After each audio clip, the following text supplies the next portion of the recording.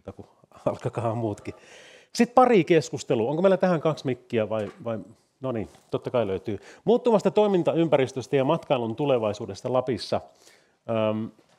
Siitä meille puhuu osaamisaluejohtaja Hannele Keränen Lapin AMKista ja yliopiston lehtori Maria Hakkarainen Lapin yliopistosta. Ja sitten tämän jälkeen kello 15.30, tulkaa vaan, saatte täältä mikit ja kaikki, niin pidetään sitten pikku tauko.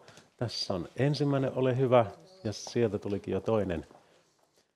Mutta onpas mielenkiintoista kuulla, mitä seuraavaksi. Olkaa hyvät. Jes, laajennetaan vähän tänne puolelle pöytää myöskin. Niin sovittiin, meillä on kaksi paneelia tänään, niin vähän juontajien välistä työjakoa, eli mä otankin tämän keskustelun teidän kanssa. Hei, otetaan alkuun niin pikku esittäytymistä omin sanoin. Kertokaa muutamalla sanalla, että keitä olette ja miten tämä matkailu ja matkailuun liittyvä osaaminen, tieto kuuluu teidän elämään. Kiitos. Tämä on häkellyttävää tulla tähän lavalle näiden ihanien yrittäjätarinoiden perään, että tässä on itsekin ihan fiiliksissä näistä kaikista 3. Mutta mennään tähän meidän keskusteluun. Eli mä oon Hakkaraisen Maria, täältä Lapista, kanssa keskeltä ei mitään, hyvinkin pienestä kylästä kotoisin, ja sitten Lapin yliopiston matkailututkimuksen polkua tallaillut sieltä, väitellyt tohtoriksi 2017, ja nyt toimin sitten matkailuyliopistossa yliopiston lehtorina. Joo, hei vaan kaikille. Mä oon Hannele Keränen, osaamisaluejohtaja Lapin ammattikorkeakoulusta. Ja mä oon myös henkeen ja veren lappilainen. Mä oon syntynyt täällä Rovaniemellä, mutta sitten mä oon käynyt koulut tuolla Kolarissa, eli tiedän missä on Hannukainen varsin hyvin. Alun perin päädyttiin sinne perheen kanssa asumaan, koska mun isä on ollut kaivosteollisuudessa töissä. Ja tähän herättää aika paljon erilaisia keskusteluja näiden eri elinkeinojen yhdistäminen riippuu vähän siitä, että missä päin Lappia liikutaan, mutta silloin se ei mun lapsen ja nuoren elämässä näkynyt mitenkään muuten kuin, että meillä oli siinä semmoinen kaivosgetto siinä Kolarin kylän keskustassa, missä Rautaruukilla töissä olevat ihmiset asuivat ja paljon oli lapsia ja totta kai sitten nautittiin siitä hienosta Lapin luonnosta sitten ja käytiin tosi usein hiihtämässä Äkäslompolossa ja Ylläsjärvellä ja se on mulle sillä tavalla ollut tärkeä kasvuympäristö, mutta sitten jotenkin halusin lähteä kokeilemaan siipiä tuonne maailmalle ja lähdin opiskelemaan Helsinkiin, mutta sitten totesin 7 vuoden jälkeen, että veri vetää takaisin tänne pohjoiseen. Ja itse asiassa Kuusamon kautta koukkasin sitten tuonne Merilappiin. Eli mä oon sillä tavalla nähnyt tätä matkailua, vähän sivusta seurannut sitten johtuen siitä, että mä oon asunut Rukalla. Ja sitten nähnyt sen myös, että mitä se tuossa Merilapissa sitten on. Että nämä on vähän erilaisia alueita löytyy täältä pohjoisesta. Mutta sitten tietysti nyt työn puolesta, kun matkailu on osa tätä mun vastuualuetta, että mä en suoraan esimerkiksi tee matkailuun liittyvää tutkimusta, mutta totta kai osallistun keskusteluihin oman työni kautta, mutta tämmöinen tausta on minulla. Oikein hyvä. Mahtavaa, että olette meillä tänään täällä keskustelemassa tärkeistä aiheista. Muuttuva toimintaympäristö ja Lapin matkailun tulevaisuus. Minkälainen se tulevaisuus teidän näkökulmasta on? Mitä tässä seuraavan 10 vuoden aikana tapahtuu? Mitkä on isoja asioita? Miten Lapin matkailun toimintaympäristö muuttuu? Kumpi haluaa aloittaa? Mä annan Marian aloittaa, kun Maria on kuitenkin meistä se asiantuntija. Näköjään pallon pyörittelyä. No mä näen, että 10 vuoden päästä niin näiden tänäänkin kuultujen yrittäjätarinojen osalta, niin me ollaan nähty tänne tällä vielä runsaammin erilaisia ja vähän erityyppisiä isoja investointeja saahan aikaiseksi Lapissa. Ja ne rupeaa tuottaa eri aloillekin, miten myös Antin tarina osoittaa siellä, että siellä nähdään se yhtymäkohta myös niihin muille toimialoille kuin matkailuun suoraan kiinnittyville ravintola- tai hotellibisnekseen, jotka tietysti sen lujan ja ytimen muodostaa siihen, mutta sitten niin kuin Susanna tuolta tuottaa virtuaalimatkailutuotteita tai muita, anteeksi, niin erilaisia isoja investointeja tulee tähän itse bisnekseen, mutta sitten me tullaan näkemään myös erilaisia kestävän ratkaisuinvestointeja, ja mitä täällä sitten on ne kestävällä ratkaisulla liikkumisen muotoja esimerkiksi, että kuinka maata pitkin matkailun erilaiset muodot tulee kehittymään, minkälaisia muita liikkumisen ratkaisuja sitten, mitä vetytalous tuottaa. Me nähdään sähkölentokoneiden ja vetytalouden tuotokset 10 vuoden päästä, joten ei ole vielä valtavirtaa siinä kohtaa, mutta siellä tulee olemaan niistä jo sitten niin erilaisia esiintuloja kyllä. Joo, ja tosiaan kun mä mietin tätä kysymystä, kun se siis kuului, että miten näette Lapin matkailun toimintaympäristön muuttuvan seuraavan 10 vuoden aikana, niin tietysti tässä niin kuin varmaan sitten tämä niin kuin eri elinkeinojen yhteensovittaminen niin kuin vaikuttaa siis matkailuun, ja matkailu vaikuttaa niin kuin muihin elinkeinoihin, että varmaan ehkä itse ajattelen sen näin, että vaaditaan niin kuin sellaista vuoropuhelua, jotta sitten, kun täällä kuitenkin niin kuin Lapissakin niin kuin puhutaan paljon myös muista investoinneista kuin matkailuun liittyvistä investoinneista, niin näähän on niin kuin monilla alueilla sitten aika isoja kysymyksiä, että miten niin kuin yhdistetään sitten nämä niin kuin eri toimialojen intressit toisiinsa. Se on niin kuin ehkä sellainen, mistä näkökulmasta mä niin kuin seuraan tätä kehitystä. Ja täällähän niin kuin tehdään todella hyvää niin kuin työtä, vaikuttamistyötä siihen, että niin kuin eri elinkeinot kehittyy, ja ollaan Pohjoisen ohjelmassa muun muassa mukana, ja siinä on niin kuin Lapin kauppakamari niin kuin tehnyt yhtenä toimijana niin kuin vahvaa työtä. Että sillä tavalla jotenkin, oliko se Antti, joka sanoi, että me ollaan tätä samaa Lappia, niin mä niin kuin jotenkin toivoisin, että se näkyisi niin kuin tässä niin Lapin kehityksessä. Et ei ehkä mentäisi niin kuin semmoiselle niin kuin vastakkainasettelun linjalle, vaan katsottaisiin niin kuin tätä kokonaisuutta yhdessä ja mietittäisiin, että mikä on niin kuin tälle maakunnalle parasta. Nimenomaan, että toi yhdessä kehittäen erilaisten niin toimialojen yhteen tuomalla, niin sillä se on se, niin se ratkaisu. Ja vaikuttaa myös se, että millä me pystytään turvaamaan tämä nyt käynnissä oleva matkailun kasvu. Että siihen erilaiset vastareaktiot on kuitenkin jo nähtävissä, niin se, että me pystytään niin tarttumaan niihin tai niin reagoimaan näihin vastareaktioihin, niin tarvitaan myös sitä, että se tehdään niin erilaisessa yhteistyössä tällä alueella. Tosi hyviä nostoja.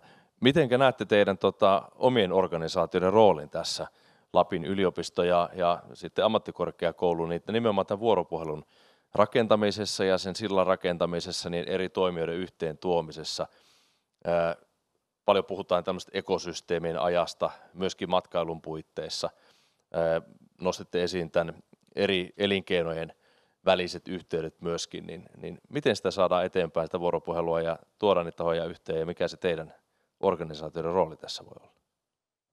No, me tietysti niin kuin organisaationa, kun ollaan koulutusta ja tutkimusta ja kehittämistoimintaa tekevä organisaatiota, niin se tulee niin kuin aika luonnollisesti sitä kautta, että koulutetaan osaajia eri aloille ja tehdään sitten sitä tutkimus- ja kehittämistoimintaa yhteistyössä niin kuin eri toimijoiden kanssa. Mutta ehkä mä niin kuin jotenkin itse ajattelen, että tämän maakunnan vahvuus on myös se, että kun meitä on aika vähän, että joskus lainaan Kemin kaupunginjohtajaa, joka on sanonut, että Lappi on tämmöinen pikkusen hajallaan oleva lähiö, tai kaupunki, jonka niin kuin lähiöt on pikkusen hajallaan. Ja se, että meitä on vähän, niin me kyetään sitten kuitenkin niin kuin, toimimaan sillä tavalla ekosysteemimäisesti, että täällä on niin kuin helppo sitten niin kuin ihmiset tuntee niin kuin toisensa, ja se on niin kuin ehkä se just, että me tunnetaan toisemme, niin rakentuu se luottamus siihen, että ollaan niin kuin jotenkin samassa veneessä ja edistetään yhteisiä tavoitteita. Että se on mun mielestä tämän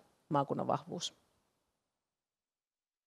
Kyllä, ja organisaationa tietysti se, että me pyritään tutkimus- ja koulutusorganisaatioitana osallistumaan mahdollisimman niin kuin aktiivisesti erilaisiin kehittämistoimenpiteisiin, jotka kiinnittyy suoraan matkailuun tai sitten siihen niin kuin matkailun rinnalla olevia kehittämistoimenpiteitä. Että kyllä me näytään aika aktiivisesti sitten noissa niin kuin Lapin liiton ja eri kuntien ja kaupunkien ryhmittymissä, mitä tässä Lapissa on, niin siellä se vahva osallistuminen siihen, että saadaan pysymään se avoin vuoropuhelu yllä sitten tutkimus- ja koulutusorganisaation ja sitten kentän toimijoiden kanssa niin sitä myötä.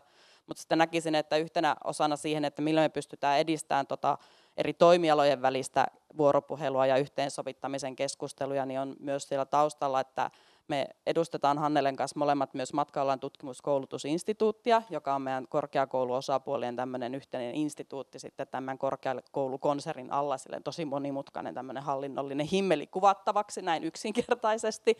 Mutta käytännössä me olemme aikaisemmin siis olleet matkailupalvelut, restonomikoulutus AMKista ja matkailututkimusyliopistosta, mutta me ollaan nyt levitetty sitä katsantokantaa, että me ollaan enemmän asiantuntijayhteisö, joka sitoo Lapin yliopiston ja ammattikorkeakoulun niin matkailuun linkittävää tutkimusta ja kehittämistyötä enemmän yhteen.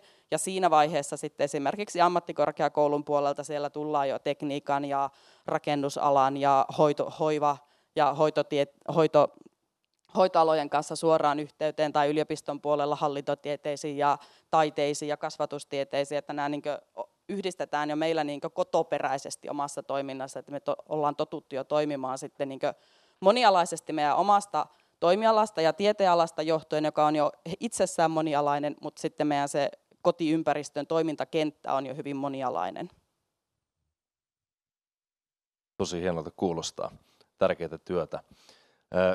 Tuossa nostit esiin muun muassa nuo sähkölentokoneet, eli paljon teknologisella puolella tapahtuu mielenkiintoista kehitystä, ilmastonmuutosta, tämä on tämä kehitys sysännyt eteenpäin.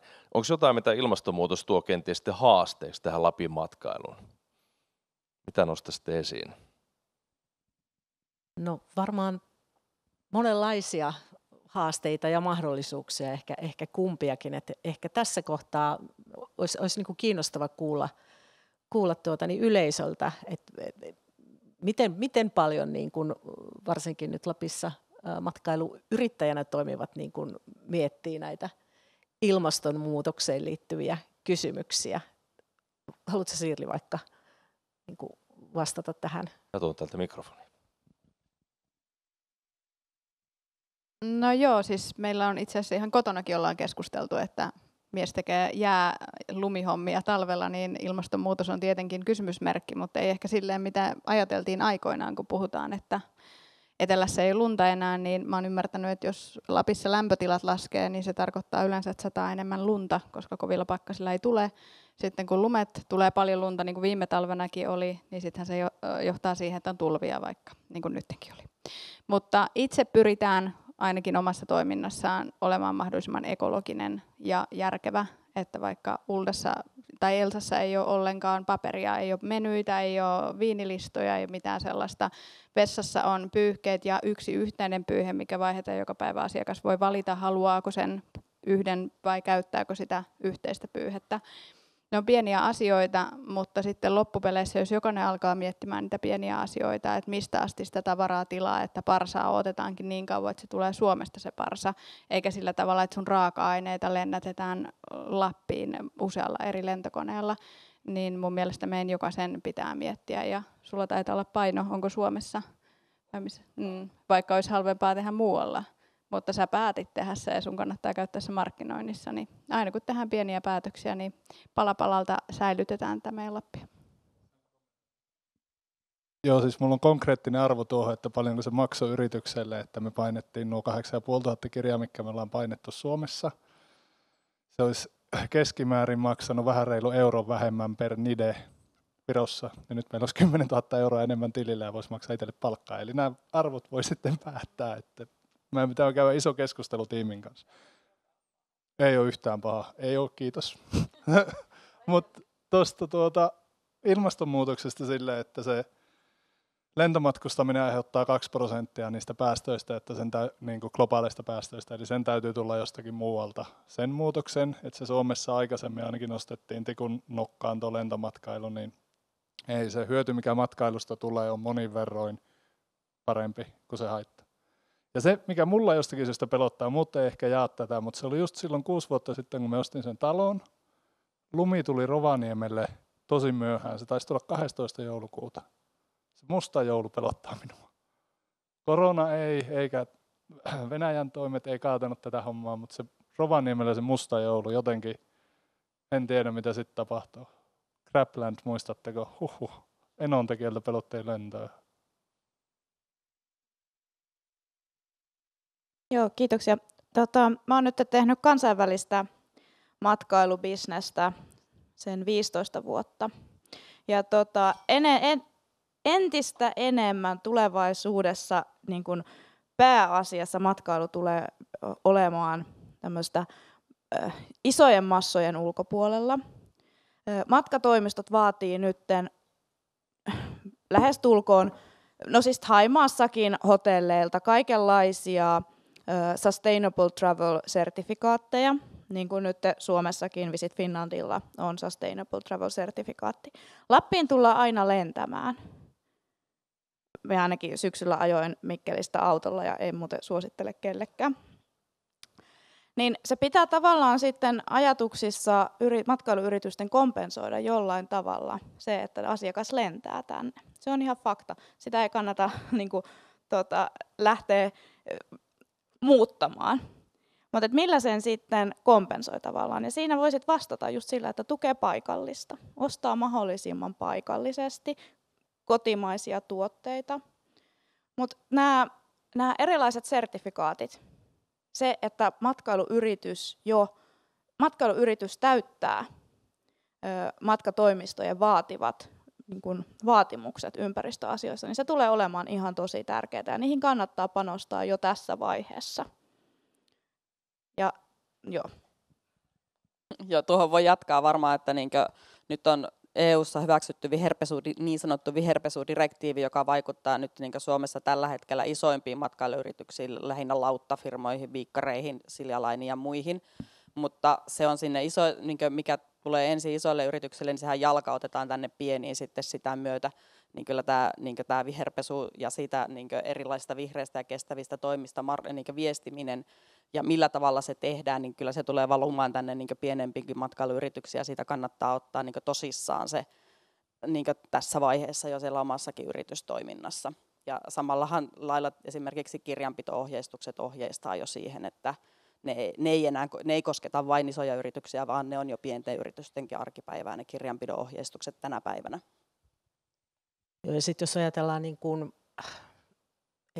mitä kannattaa tehdä, nämä oli tosi hyviä nämä esimerkit, että mun mielestä se lähtee pienistä teoista, että ei ehkä kannata alkaa ajattelemaan, että tämä on joku sellainen iso möykky, mille ei voi tehdä mitään ja sitten annetaan asioiden vaan olla. Että kaikki mitä voidaan tehdä, niin pitää mun mielestä tehdä, että sillä tavalla pienentää sitä omaa hiilijalanjälkeä ja kädenjälkeä sitten vahvistaa niillä hyvillä teoilla. Ja mun mielestä Suomi voi tässä olla edelläkävijänä, että kuitenkin Suomessahan matkailun kehittämisessä on se kestävyys kärkenä, ja se on varmaan jo semmoinen paradigmakin, mikä jo melkeinpä ohjaa sitten sitä matkailun kehittämistä. Että se on mun mielestä hyvä asia.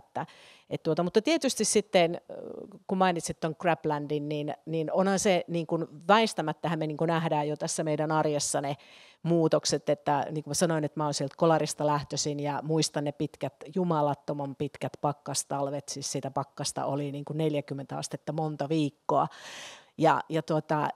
Ja jotenkin sitten nyt, kun miettii näitä talvia, niin näkeehän se tavallaan sillä tavalla sen muutoksen, mutta että ehkä se tavallaan, sanotaan, että ihmisen heikkous on ehkä se, että me helposti sopeudutaan, että me sitten vaan keksitään jotakin keinoja, että miten me nämä muutokset jotenkin otetaan osaksi sitä meidän arkea, mutta ehkä Suomi voisi olla tässä edelläkävijänä, että tehdään kestäviä ratkaisuja ja suomalaiset matkailuyritykset ja varsinkin lappilaiset matkailuyritykset tässä edelläkävijänä. Meidän ei tarvitse odottaa sitten sitä, että paikalliset alkaa protestoimaan, että onko tämä kestävää vai ei. Että nythän tätä on yllättävän paljon nyt näkynyt näistä massaturismin kohteista Espanjasta ja Italiastakin näitä että paikalliset rupeaa sitten protestoimaan. Tämä on tärkeä kysymys, mutta ei varmaan pystytä tähän tyhjentävästi vastaamaan. Mä voisin ehkä vielä tarttua tuohon, että Sirli tuosta jo hienosti esitti näitä keinoja, että miten tähän ilmastonmuutoksen torjuntaan voidaan käydä käsiksi täällä. Ja aikaisemmin Lapissa matkailuyritysten sopeutumisesta, niin se keskittyy enemmän nimenomaan siihen Crablandin torjumiseen sillä, että mietittiin erilaisia lumetusratkaisuja ja muita erilaisia safarituotteita on mietitty, että millä tavalla ne pystytään sitten muuttamaan sitten toimivaan sitten mahdollisesti sulamaa-aikaisina tuotteina. Tämä on ollut sitten sitä olemassa olevien tuotteiden sopeuttamista, mutta yhä enemmän ja enemmän meidän pitäisi pystyä tuottamaan tuotteita, jotka ei ole vain sopeutettu siihen joka pitäisi toimia lumella, mutta se on sopeutettu toimimaan lumettomassa, vaan se, että se niin kuin lähtökohtaisesti toimii sekä lumettomassa että lumeellisessa, tai siellä on se oma tuotekanta niihin molempiin.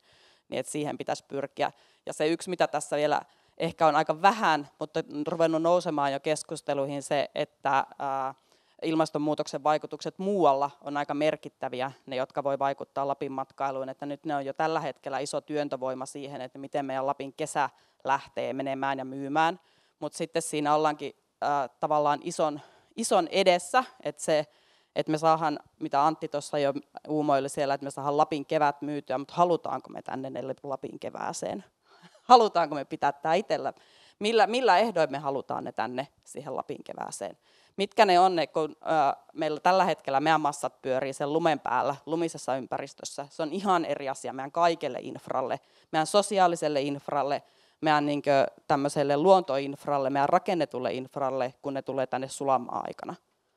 Kulutus on ihan toisenlaista, ja sitten jos on ympärivuotista se sosiaalinen paine siihen, niin miten ja millä tavoin me pystytään valmistautumaan siihen, aika iso kysymys meille. Erinomaista, eli ilmastonmuutos toimia eri sidosryhmät odottaa ja siihen kannattaa myöskin panostaa sitten Lapin matkailijoiden toimesta ja mahdollisuuksiakin sieltä löytyy. Mitenkä nyt sitten niin teidän omat organisaatiot ja tämä koulutus voi palvella tätä matkailun kehittämistä, nimenomaan nämä vihreätkin arvot huomioiden?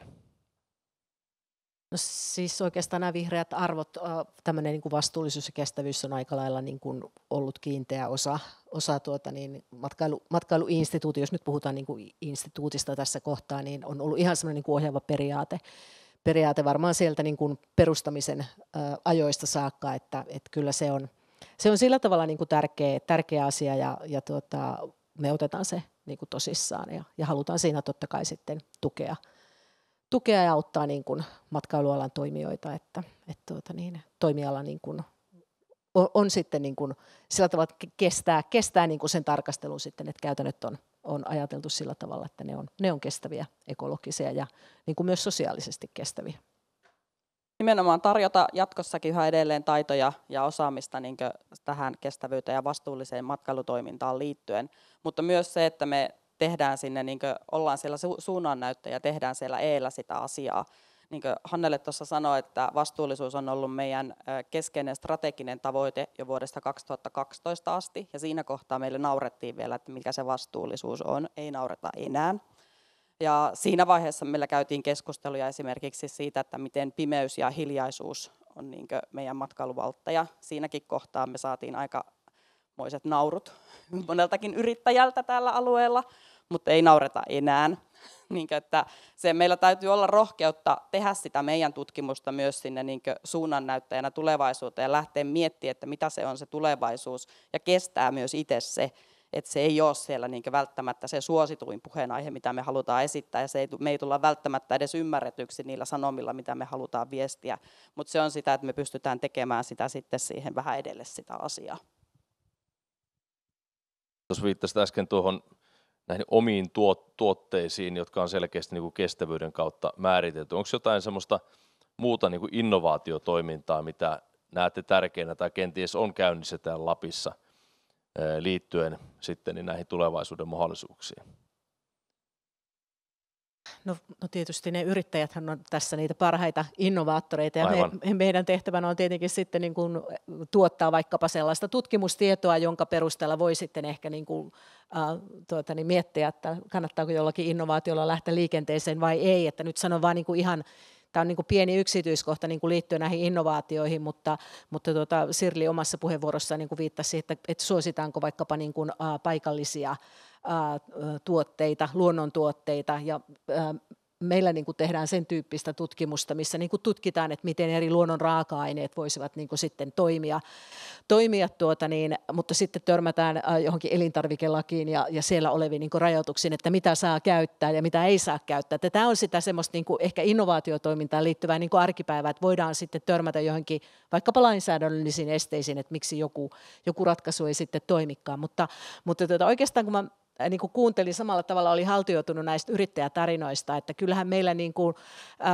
on niin kuin mahtava potentiaali niin kuin, niissä kaikissa sellaisissa niin kuin, idearikkaissa yrittäjissä, jotka jotenkin niin kuin haastaa niitä vallitsevia niin kuin ajattelutapoja ja toimintatapoja ja lähtee niin kuin tekemään jotain niin sitä omaa ideaansa viemään eteenpäin niin kuin uudella tavalla, että se nyt niin kuin oikeastaan kytköksenä tähän niin kuin aikaisempiin kuultuihin puheenvuoroihin liittyen, että paljon on sitä innovaatiopotentiaalia kyllä, mutta sitten se, että löytyykö siitä sitten se tukiverkosto, joka tukee sen innovaation niin kuin eteenpäin viemistä ja sen oman idean eteenpäin viemistä, niin se varmasti niin kuin ratkaisee sitten aika paljon. Meillä ei yliopiston puolella varsinaisesti puhuta teknisistä innovaatioista, koska emme teknologinen yliopisto, niin meillä ei ole teknisiä aloja sieltä, niin niiden osalta me ollaan sitten meidän yhteistyökumppaneita, esimerkiksi VTT:n kanssa tehdään niin saumatonta yhteistyötä, voi sanoa, niin se tämä tekninen osaaminen haetaan muualta, ammattikorkeakoulun puolella sitä omastakin takaa omasta talosta sitten niitä yhteistyökumppaneita sitten sieltä tekniseltä puolelta esimerkiksi. Mutta meidän innovaatiotoiminta on enemmänkin sitä, että me pyritään tuottaa sitä osaamista tai sitä niin kuin ilmiökuvantamista näistä uusista aloista ja aiheista, joita voidaan sitten hyödyntää siellä vaikka näitä hiljaisuudesta ja pimeydestä, että voidaan kaivella niitä meidän arkistoja nyt tai esteettömyydestä tai muusta sitten siihen, tai palvelukonseptointi sitten, että palvelumuotoilua, kokemuksen muotoilua ja palvelun muotoilua, niin se on yksi isoista vahvoista osaamisaloista, niin se on se innovaatiopotentiaali tavallaan, mitä me itse tuotetaan, mutta sitten se, että me pystytään olemaan kumppanina siinä, että me ollaan esimerkiksi, että me ollaan aika rautaisia jo, voi sanoa, niin kuin hankerahoitusten haussa on sitten instrumentteina EU-instrumentit, on ne Business Finland-rahoitteisia tai sitten näitä alueellisia tai ministeriöiden rahoittamia, niin tämmöiset erilaiset rahoitusinstrumentit, niin me ollaan todella vahva kumppani jo niihin sitten yrittäjille ja muille kehittäjille. Joo, tuo on oikeastaan semmoinen, mihin me tietysti toivotaankin niin sitten, että yritykset tulee niin kuin mukaan, että halutaan olla se kehittäjäkumppani. Että ehkä jonkun verran on ollut esimerkiksi tuohon niin kuin Lapin älykkään erikoistumisen strategiaan liittyen niin kuin sellaista, että toivottaisinkin, että yritykset tulisivat niin kuin aktiivisemmin mukaan ja verkostoisivat keskenään. Mehän ei voida tietenkään niin kuin näillä EU-rahoituksilla niin kuin yksittäisen yrityksen niin kuin toimintaa kehittää, että aina pitää olla sitten joku vähän niin kuin laajempi tavoite sille kehittämiselle, mutta se on varmasti semmoinen myös, että missä voitaisiin niin kuin vielä tehdä enemmän kuin mitä nyt tehdään. Nyt tehdään jo hyvää työtä, mutta aina voi parantaa. Kuulostaa siltä, että ollaan niin ihan asian ytimessä. Sirli puhui aikaisemmin tuosta brändin merkityksestä ja nyt sitten niin Maria tuosta kokemuksen muotoilusta. Vahva yhteys. Mitenkä hei täällä on? Täällä on tosiaan yrittäjiä paikalla, muita sidosryhmiä. Niin minkälaisia tarpeita teillä on, odotuksia nyt sitten instituutiota tai näitä kahta eri organisaatiota, jotka instituutissa toimii kohtaan, niin matkailun kehittämisen kannalta. Nyt on mahdollisuus esittää kysymyksiä. No niin, sieltä tulee ainakin Katilta. Tämä ei itse asiassa ole kysymys, vaan kommentti vähän komppaamaan Marian puheenvuoroa. Aamulla tuossa noin kävelin, siis Rovaniemi minulle tuntematon paikka. Jostain syystä en muista siitä edellisestä vierailusta paljon mitään, kun juhlittiin palkintoja. Mutta kävelin tuolla Koskirannassa. Ja siellä maalataan seiniä, siellä on graffititaiteilijoita. Ja eräältä nuorelta mieheltä sitten kysyin, että mikä tämä juttu on. Ja hän oli yliopiston taideopiskelija, teki kurssin päätöstyönä komeata graffittityötä sinne Koskirannan jonkun vanhat, tai siis tämmöistä teollisuusseinää tai aitaa rakennusta, mitä sitten on maalattu nyt. Niin siinähän on ihan matkailunähtävyys. Noin niin kuin taideopiskelijoiden kurssin päätöstyön. Aika komeen näköistä. Kyllä, ja meillä jää turhan paljon näitä tämmöisiä ilmiselviäkin asioita hyödyntämättä, joita tuli tuossa Antin puheenvuorossa jo paljonkin esille siitä, että mitä me otetaan itsestäänselvyytenä, että suomalainen on kansanluonteensa puolesta ja on niin hyvä dissaamaan itteensä ja kaikkea niitä, mutta myös aliarvioimaan sitä, että kuinka se oikeasti on pelkästään se maskitta hengittäminen siellä lentokoneesta poistuttua, niin on niin maailmanluokan kokemus. Mutta meillä on tosi paljon kaikkea muuta, ja sitten jotka on siinä meidän arkisessa tekemisessä nimenomaan niin tämä, että millä tavalla me saadaan ne, ja ne saadaan näkyvään oikeasti sitten niin osana sitä elävää matkailukaupunkikuvaa esimerkiksi täällä Rovaniemellä tai muualla Lapissa, niin näissä meillä on kyllä todella paljon itsellä töitä. Kiitos. No niin, Antti, täältä odota mikrofoniin, niin päästä äänen kanssa. Kiitos. Eli käytännössä niin 100% meidän perustajaosakkaista on valmistunut Lapin yliopistosta tai opiskelee siellä edelleen. Ja kaikki kirjailijat ja kuvittajat, pois lukien yksi kirjailija, on joko opiskelijoita tai valmistuneita. Eli se, mitä me on halunnut myös kehittää tässä Rovaniemen ympäristössä, on yliopisto- ja yritysten yhteistyö. Se ei ole ollut aina helppoa, mutta se kiinnostaa minua paljon. Siis yliopistossahan on startup-hautomo, jossa me olemme. Ja monenlaista juttua, mitä siellä voisi tehdä, mutta siis jotenkin tuo taiteen ja matkailun kohtaaminen minusta tulee parhaiten esille. Se Kolarissa on se Snow Castle, oliko se Snow Village, jossa oli se Game of Thrones-näyttely. Siis tiedättekö minkä arvoisia ne kuvat, jotka levisi maailmalle silloin, kun Game of Thrones oli kuumimmillaan, ja siellä oli se Snow Village, jossa oli ne veistokset. Ne on mittaamattoman arvoisia. Niillä on niin kuin miljardeja katseluja.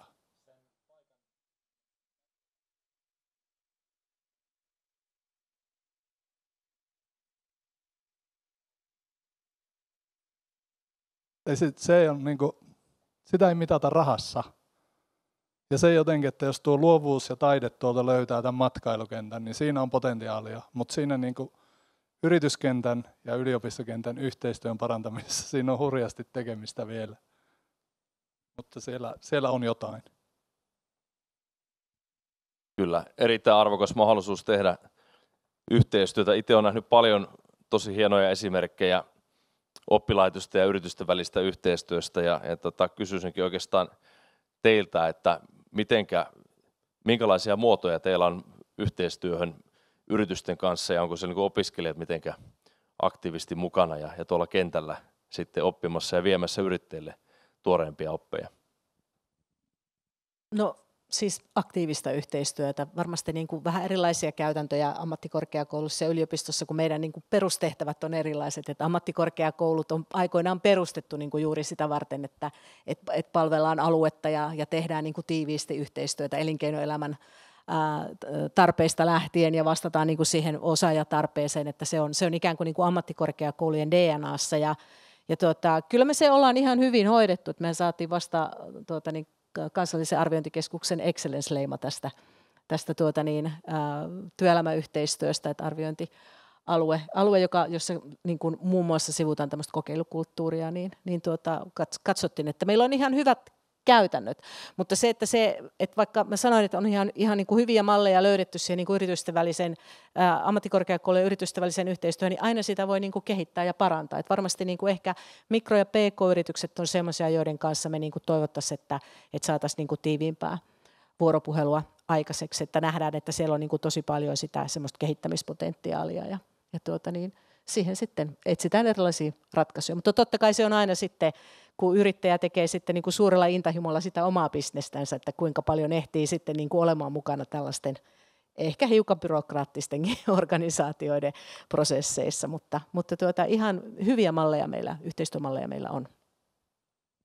Joo, tähän voi sanoa, että varmaan itse jo sokaistuu myös sille, että se meidän tekemisen perustapa on ollut se, että me ollaan tehty tiivistä yhteistyötä elinkeino- ja muiden kehittäjätoimijoiden ja muiden niin kuin sidosryhmien kanssa koko ajan meidän opetuksessa ja opetuksen toteutuksessa. Ja itse pitää sitä niin kuin jo niin luonnollisena, että siihen monesti sitten hämmästyy, että se ei muualla olekaan yhtä samanlaista arkipäivää. Meillä käytetään lähes kaikilla meidän kursseista niin jonkinlaisia niin kuin luennoitsijoita, jotka tulee yrityksistä tai muilta toimijoilta. Me tehdään todella paljon erilaisia toimeksiantoja ihan meidän perustason kursseista syventäviin kursseihin. Meidän kandiseminaari on toteutettu jo yli 10 vuoden ajan teemallisena seminaarina, jossa meillä yleensä on mukana joku toimeksiantaja. Tänä vuonna meillä oli PAM toimeksiantajana, saatiin aivan loistavat palautteet sieltä PAMilta sitten niin matkailutyötä käsitelleestä kandiseminaarista. Ja me popularisoidaan aika paljon jo meidän töitä, mutta siinä, että miten me saadaan se popularisoitu viesti vielä tarkemmin sitten niin tänne alueelle jalkautettua, niin siinä meillä on vielä paljon työtä. Ja sitten niin kuin Antti tuossa sanoi tuosta matkailun ja taiteen yhteistyön kehittämisestä, että meillä on ollut siihen paljon erilaisia kehittämisen tapoja jo aikaisemminkin viritteillä, mutta sitten siellä on myös yksi iso ongelma on ollut se, että ansaita logiikka siinä, että miten ansaitaan, niin taiteilijan, miten hän haluaa ansaita ja miten matkailubisnes nimenomaan toimii niin kovana teollisuutena ja toimialana, niin ne on jotenkin vierastettu niiden laittamista yhteen ja se on niin vaikeuttanut sitten sitä yhteistoiminnan rakentamista ja kehittämistä, että se niin ymmärtää sen, että niin Antti tuossa kirjojensa osalta sanoi, että nämä on tuotu tähän matkailukenttään, nämä myydään siinä, niin se, että siellä on se, niin se bisneksen niin ydin on rakennettu siihen, niin se on aika poikkeavalla tavalla kerrottu näitä taiteen tuotoksista siihen, mitä niin meillä täällä muuten sanotaan niistä. Mä olin jossakin teidän tapahtumassa sitä muutama kuukausi aikaa. Siinä oli yliopisto ja ammattikorkea. Puhuttiin juurikin tästä ekologisuudesta ja miten nyt vaaditaan, että isot yritykset joutuu lähteä siihen mukaan. Ja siellä puhuttiin sitten myöskin siitä, että kun ensin ajatellaan, että isoja yhtiöitä nyt velvoitetaan, nyt puhutaan, niitä on muutama Lapissa, joiden liikevaihto pääsee siihen. Mutta kun puhuit myöskin tästä kirjanpidosta, niin he joutuu käyttämään palveluita, jotka on ekologisia kautta tehnyt oikeita valintoja, joten se vaikuttaa jo itse asiassa meihin pieniinkin yrityksiin. Ja se oli todella mielenkiintoinen tapahtuma. Se oli ilmeisesti osa teidän jotakin hanketta ja siellä oli hyvin osallistujiakin, mutta siitä mä haluaisin ehdottomasti kuulla lisää. Toivottavasti teillä on tulossa vastaavaa, koska se pitäisi kiinnostaa meitä ihan kaikkia. Joo, mä ajattelen, että sä oot ollut siinä vastuullisuusraportointiin liittyvässä. Ja se on kyllä niin kuin herättänyt tosi paljon kiinnostusta yritysten keskuudessa. Ja niin varmasti saa jatkoa. Se on tosi tärkeä tämmöinen yhteinen teema. No niin, ja sitten täältä löytyy, taiteesta puhuttiin, niin kommenttia myöskin täältä. Joo, kiitoksia vain tosiaan. Laura Vaara on minun nimi ja itse kanssa tuolta Itä-Kairan tyttöjä Sallasta alun perin ja hyvin rovaniemeläistynyt tässä yli 10 vuoden aikana. Ja en voinut olla avaamatta suutani, kun tästä taiteessa puhuttiin. Ja olen siis itsekin täällä nykyään siis yritykseni Laravara Artin perusteena esittelemässä tuolla Paint and Sip -workshoppia, joka on vaan tavallaan yksi esimerkki, että miten vaikka lappilaista estetiikkaa, semmoista mystiikkaa, sitä Arctic mindfulnessia, tätä pimeyttä esimerkiksi voidaan tuoda Lappiin vaikka rumpurentoutuksien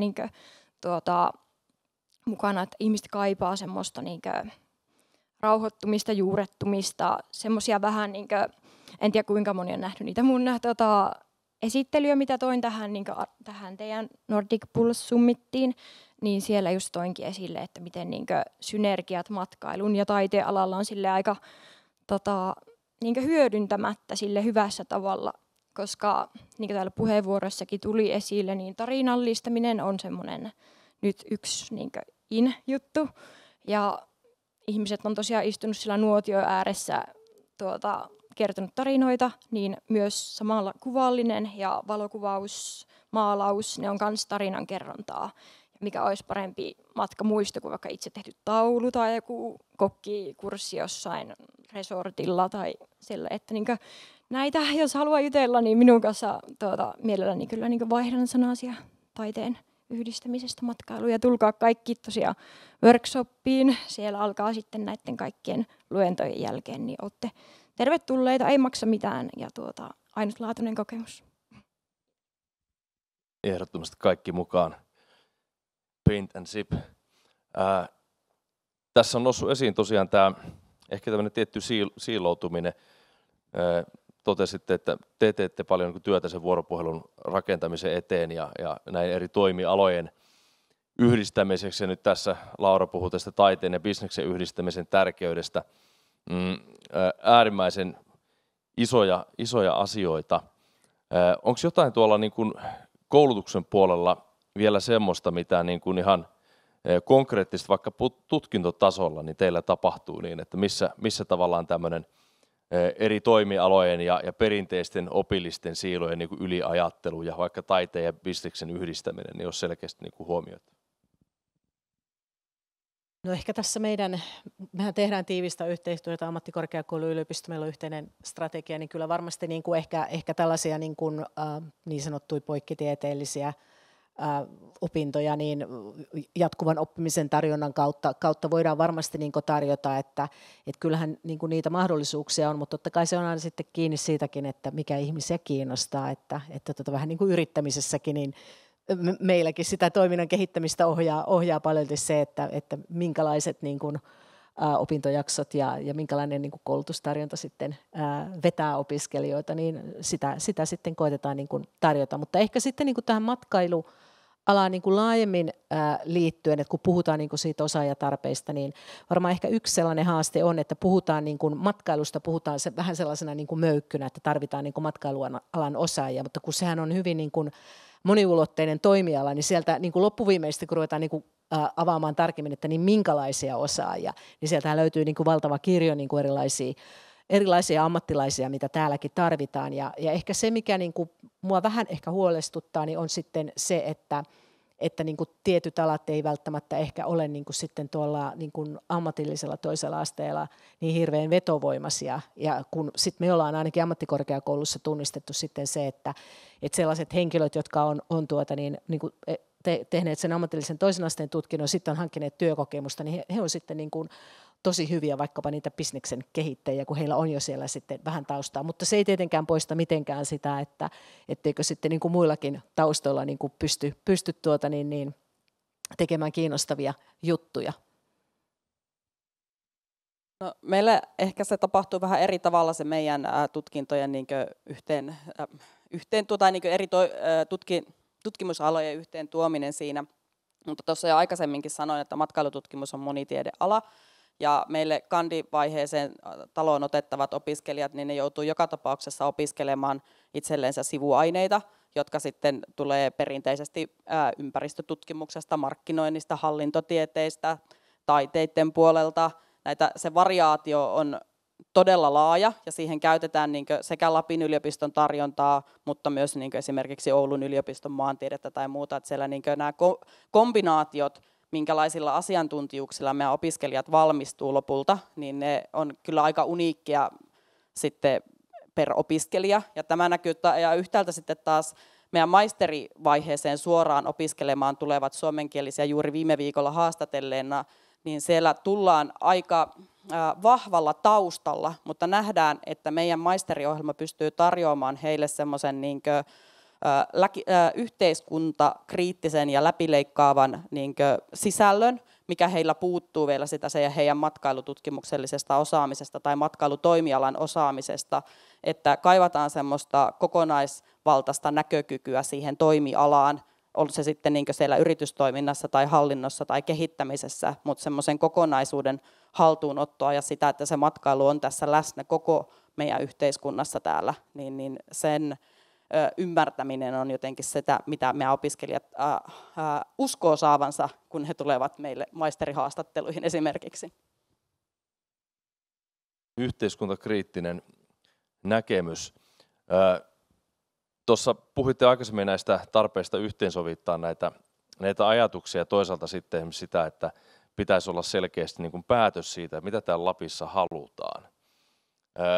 Nyt tämmöisenä Lapin ulkopuolelta tänne tulevana, niin kysyn, että miltä se tällä hetkellä niin näyttää tämmöinen Lapin yhteiskunnallinen keskustelu, ehkä kriittinenkin keskustelu toivottavasti, ja onko semmoinen yhteinen suunta ja strategia Lapissa niin kuin löytynyt tai löytymässä?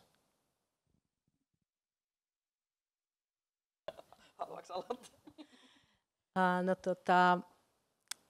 Siis paljonhan täällä niin kuin keskustellaan juurikin tästä niin kuin vaikkapa tästä eri elinkeinojen niin kuin yhteensovittamisesta ja tietenkin aina se, että siinä on niin kuin eri sidosryhmillä on erilaisia intressejä ja mikä niin kuin näkökulma sitten niin kuin hallitsee sitä keskustelua, niin se varmaan vähän niin kuin vaihtelee riippuen aiheesta. Mutta ehkä se, mitä mä niin kuin itse jotenkin peräänkuulutan, niin on sitten niin kuin tämä paikallisyhteisöjen huomioiminen, tehtiinpä sitten mitä tahansa.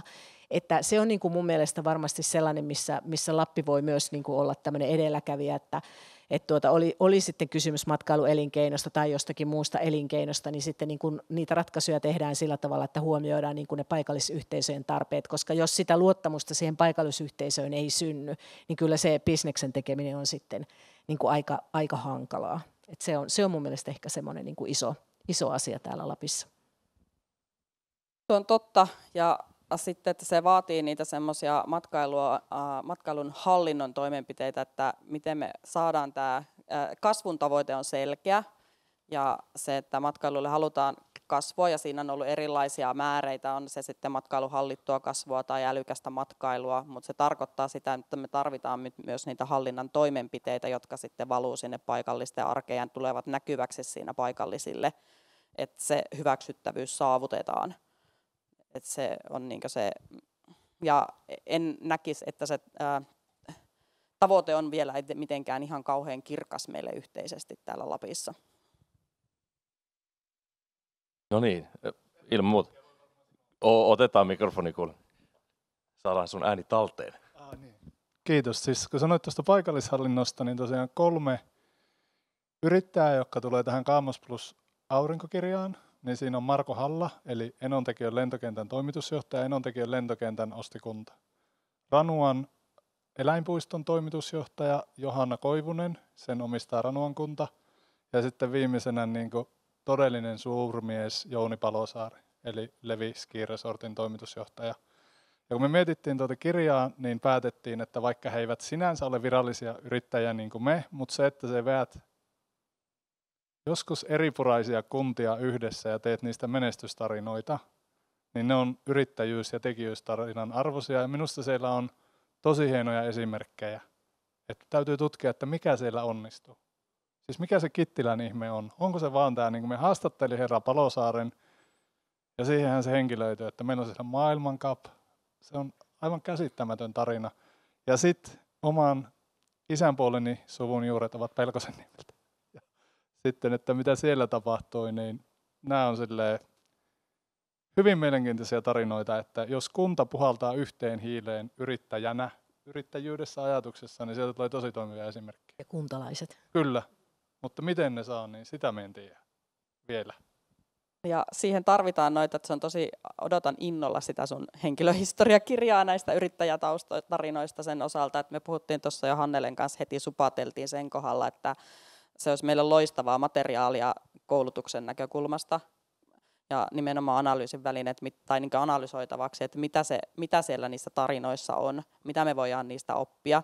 Ja toisekseen sitten, että kun sulla on laaja kattaus sitä niin ympäri Lappia, niin se, että me tarvittaisiin myös näitä tämmöisiä erilaisia yrittäjätarinoita, myös niin Sirlin tarina tai muut, niin sille, että ne saadaan sinne niin semmoiseen yhteiseen kanssa. Että se on myös yksi semmoinen, mitä me mietittiin, että tämä on nyt semmoinen, että me voitaisiin ottaa kehittämistehtäväksi nyt aika piankin omalle agendalle ja viedä sitä sitten eteenpäin. Että siellä on kyllä niitä, että erilaisia hienoja esimerkkejä on, emme kiistä sitä, mutta sitten se, että miten se niin oikeasti saadaan semmoiseksi niin yhteiseksi lappilaiseksi tarinaksi, niin siinä on tekemistä. Joo, mutta oli hyvä, kun otit sen Levin esimerkiksi, että mä nyt muistelen vanhoja, silloin kun siellä Kolarissa asuin, niin olihan se niin kuin erikoista silloin niinä vuosina 70-luvun puolivälistä 80-luvun puoliväliin, että kun oli erikseen Äkäslompolon puoli ja Ylläsjärven puoli, ja nythän sekin on niin kuin saatu yhdistettyä, että nämä on niin kuin kiinnostavia tavallaan sillä tavalla, että mikä sitten niin kuin lähtee viemään niin kuin sitä asiaa sillä tavalla eteenpäin, että joku alue lähtee kehittämään niin kuin asioita yhdessä, eikä niin, että siellä jokainen yrittää niin kuin yksin. Että selvästihän meillä niin kuin näkyy nyt, että tämä tämmöinen niin kuin yhdessä tekeminen ja yhteen hiileen puhaltaminen niin saa aikaan niin kuin enemmän kuin se, että jokainen vaan siitä omasta bisneksestä kantaa huolta. Joo, tämä on tosi tärkeä pointti sillä lailla, että kun katsoo ulkomaalaisen matkailijan näkökulmasta, niin hehän katsoo tosiaan helposti Lappia, Suomea, Pohjoismaita, vähän riippuu mistä tulee yhtenä kokonaisuutena. Ja sitten he miettii sen oman kokemuksensa, oman palvelupolkunsa kautta sitä asiaa, että löytyykö siellä semmoisia elementtejä, mitkä rakentaa sen odotetun, toivotun kokemuksen siitä reissusta. Ja tässä mielessä niin sitä yhteistyötä kyllä tosiaan tarvitaan. Ja sitä keskustelua, mikä sitä yhteistä tilannekuvaa myöskin niin kuin edistää. Ja sen takia mekin ollaan tänään täällä paikalla, että tuossa on kohta meillä tulossa kahvit, niin se on hyvä hetki käydä sitä keskustelua siitä, että mikä se meidän niin kuin Lapin strategia oikeastaan pitäisi olla tässä, kun matkailua kehitetään. Tässä vielä ennen kuin lähdetään kahville, niin otetaan vielä kiinni tuohon nimenomaan näihin kansainvälisiin matkailun mahdollisuuksiin. Nyt on paljon semmoisia positiivisia trendejä niin kuin Suomen ja Lapin kannalta käynnissä maailmalla. Puhutaan esimerkiksi Planetary Health-otsikon alla niin kuin tästä ihmisen luontoyhteyden merkityksestä ja sitä kautta niin kuin luontomatkailuun liittyy paljon mahdollisuuksia, coolcationit, eli tullaan vähän viileämpiin olosuhteisiin, se onkin niin kuin nimenomaan se juttu, että täällä ei ole liian kuuma. Miten Lappi voi näihin mahdollisuuksiin teidän näkökulmasta tarttua ja tuoda tänne kansainvälisiä matkailijoita lisää? No, mä voin aloittaa siis siitä näkökulmasta, että varmaan pitää kuitenkin sitten niin kuin muistaa se, mistä Maria tuossa jo vähän aikaisemmin puhui tästä niin kuin kestävästä kasvusta, että ne ratkaisut, mitä täällä tehdään, niin ne kuitenkin on sitten sillä tavalla kestäviä, että ne huomioi niin kuin laajasti myös sitten niin kuin sen luontoympäristön, että ei tehdä sitten sellaisia ratkaisuja, että täällä sitten tämä arvokas ja hieno luonto vaikka lähtee rapautumaan, kun tänne haluaa kaikki tulla nauttimaan tästä hiljaisuudesta, niin sitten yhtäkkiä tuolla onkin niin kuin polut täynnä jengiä, että mikä on esimerkiksi mulle henkilökohtaisesti semmoinen niin vähän haasteellinen asia aina sulatella, kun mä lähden Lappiin ruskavaellukselle, niin mä koitan löytää sellaisia reittejä, että siellä olisi niin kuin mahdollisimman vähän jengiä, ja no se on sitten niin kuin oma tarinansa, että mihin se sitten niin kuin johtaa, eli tämmöiset matkailijat, jotka hakee niin kuin sitä hiljaisuutta ja rauhallisuutta ja postaa sieltä sitten kuvia, niin kohtahan siellä on sitten sitä samanhenkistä jengiä, että tämä on varmaan se niin kuin yksi haaste tässä niin kuin matkailun kestävässä kasvussa, että me niin kuin, ei ajatella vain niin kuin niitä matkailijoiden tarpeita, vaan huomioidaan sitten niin kuin ne paikallisyhteisöt ja se luonto ja kaikki tällaiset niin kuin, tänne niin kuin kestävyyden näkökulmasta tärkeät asiat. Ja totta, meillä on momentum monella tavalla nyt Lapin matkailulla tässä, ja siinä on niin kuin monia ulottuvuuksia, niin kuin Hannele tuossa sanoi, ja kyllä se vaatii yhä edelleen se, että se momentum kääntyy myös euroiksi ja kassavirraksi ja sitten siihen pysyvämmäksi sitten aluetaloudelliseksikin hyväksi, niin sitä, että me saadaan sitä ympärivuotista matkailua kehitettyä. Että vaikka meidän tarvitsee olla tarkkoja ja miettiä sitä, että miten me hallitaan se matkailu sitten kesäaikana tai sulamaan aikana, kun mistä haluaa sanoa, niin me tarvitaan se matkailu myös sinne, jotta me saadaan se bisnes ympärivuotiseksi. Niin silloin me saadaan tänne niitä muuttajia. Siellä Sodankylässäkin voi olla enemmän kuin 2 ihmistä sitten se väestön kasvu tai muuttaneet siellä kunnassa. Tosin sinne varmaan kaivoksen puolesta nyt on muuttanut muutenkin sitä jengiä. Mutta. Oliko Lauri sulla kommentti? Joo.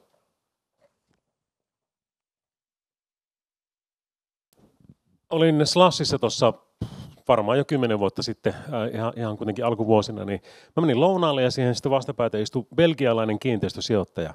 Ja me juteltiin Suomesta ja tämä belgialainen kiinteistösijoittaja sanoi, että hänellä on ollut jo vuosia strategiana siirtää tietty prosentti yritystensä tuloksesta siihen, että hän ostaa maata Suomen Lapista.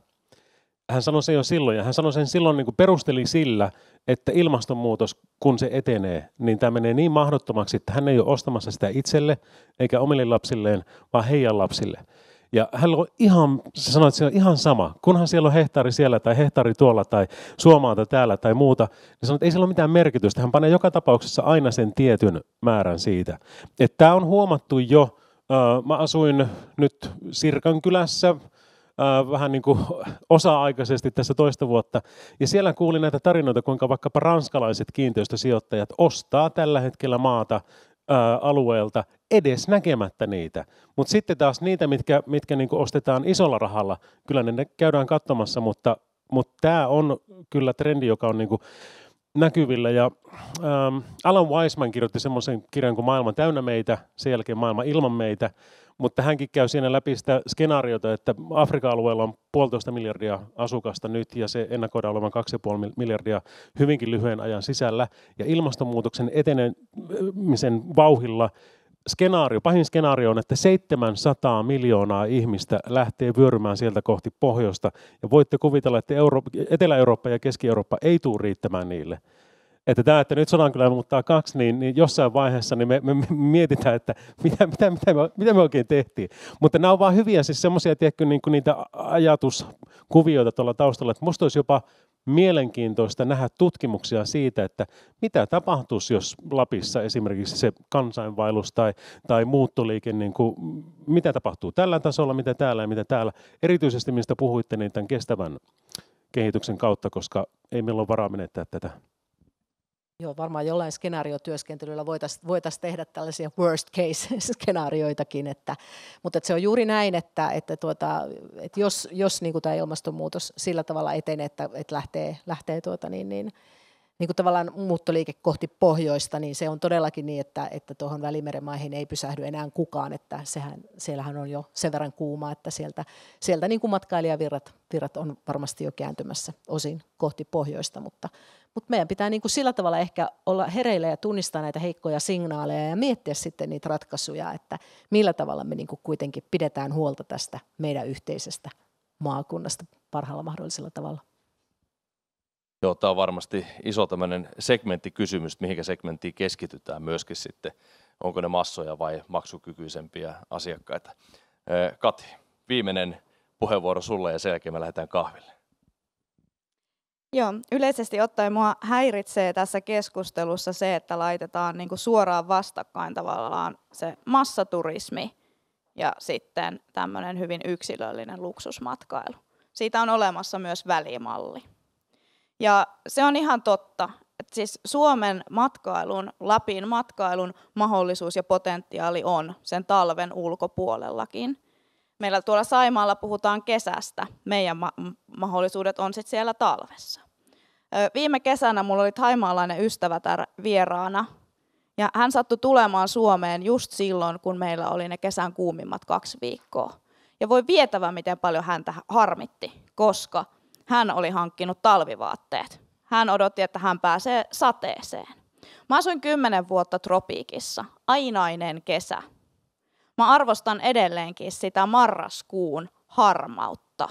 Se on nimittäin ihan tosi kaunista. Ja se on 100 miljoonille ihmisille ihan aidosti luksusta.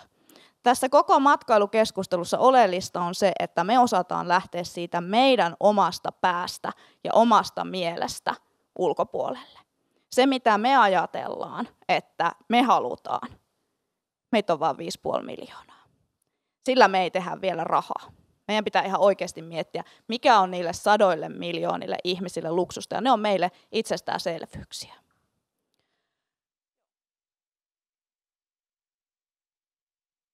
Hyvä. Tähän on hyvä päättää, eli katse ja ajatukset sinne asiakkaisiin, ja sitten ei olla joko tai ihmisiä, vaan voi olla myös sekä että. Kiitos, erinomainen kiitos panelisteille, Maria ja Hannele. Kiitos. Ei muuta kuin kaikkea hyvää teille tähän tärkeäseen työhön Lapin matkailuosaamisen kehittämisessä.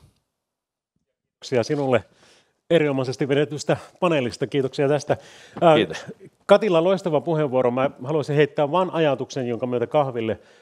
Me tehtiin aikanaan Oulussa tämmöistä kuin Oulun yritystakoma. Mä olin siellä vetämässä hankkeita siihen aikaan, kun Nokia irtisanoi kaikkia, alihankkijat myös irtisanoi. Meillä on yhtäkkiä Nokian insinöörejä siellä talo täynnä, työttömiä, ja me mietitään, että miten me saadaan porukalle töitä.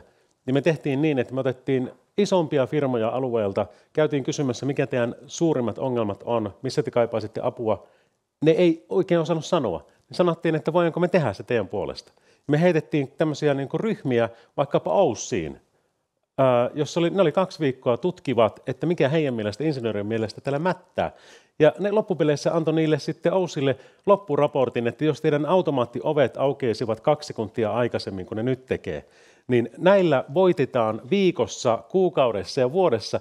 Ne oli aivan käsittämättömiä ne määrät, mitä se insinööri sai päänsä siitä. Mutta nämä on niin kuin hauskoja esimerkkejä ja palvelumuotoilu, just niin kuin Kati sanoi, se joka on sen Oussin miljarditalot tehnyt, niin eihän sitä palvelumuotoilua saa tehdä kukaan, joka on ikinä nähnytkään sitä, vaan semmoinen, joka tulee ensimmäistä kertaa Ouluun. Sitten sanotaan sille, että no niin, yritäpä löytää päivystyksen tai teho-osastolle. Katsotaan, mihin se katsoo, mihin se kävelee. Sieltähän se löytyy se ratkaisu. Sama meillä yrittäjillä kanssa. Just niin kuin sanoit, ei me, vaan joku, joka on aikaisemmin käynyt, se tulee sanomaan, että entä jos tämän tekisi näin.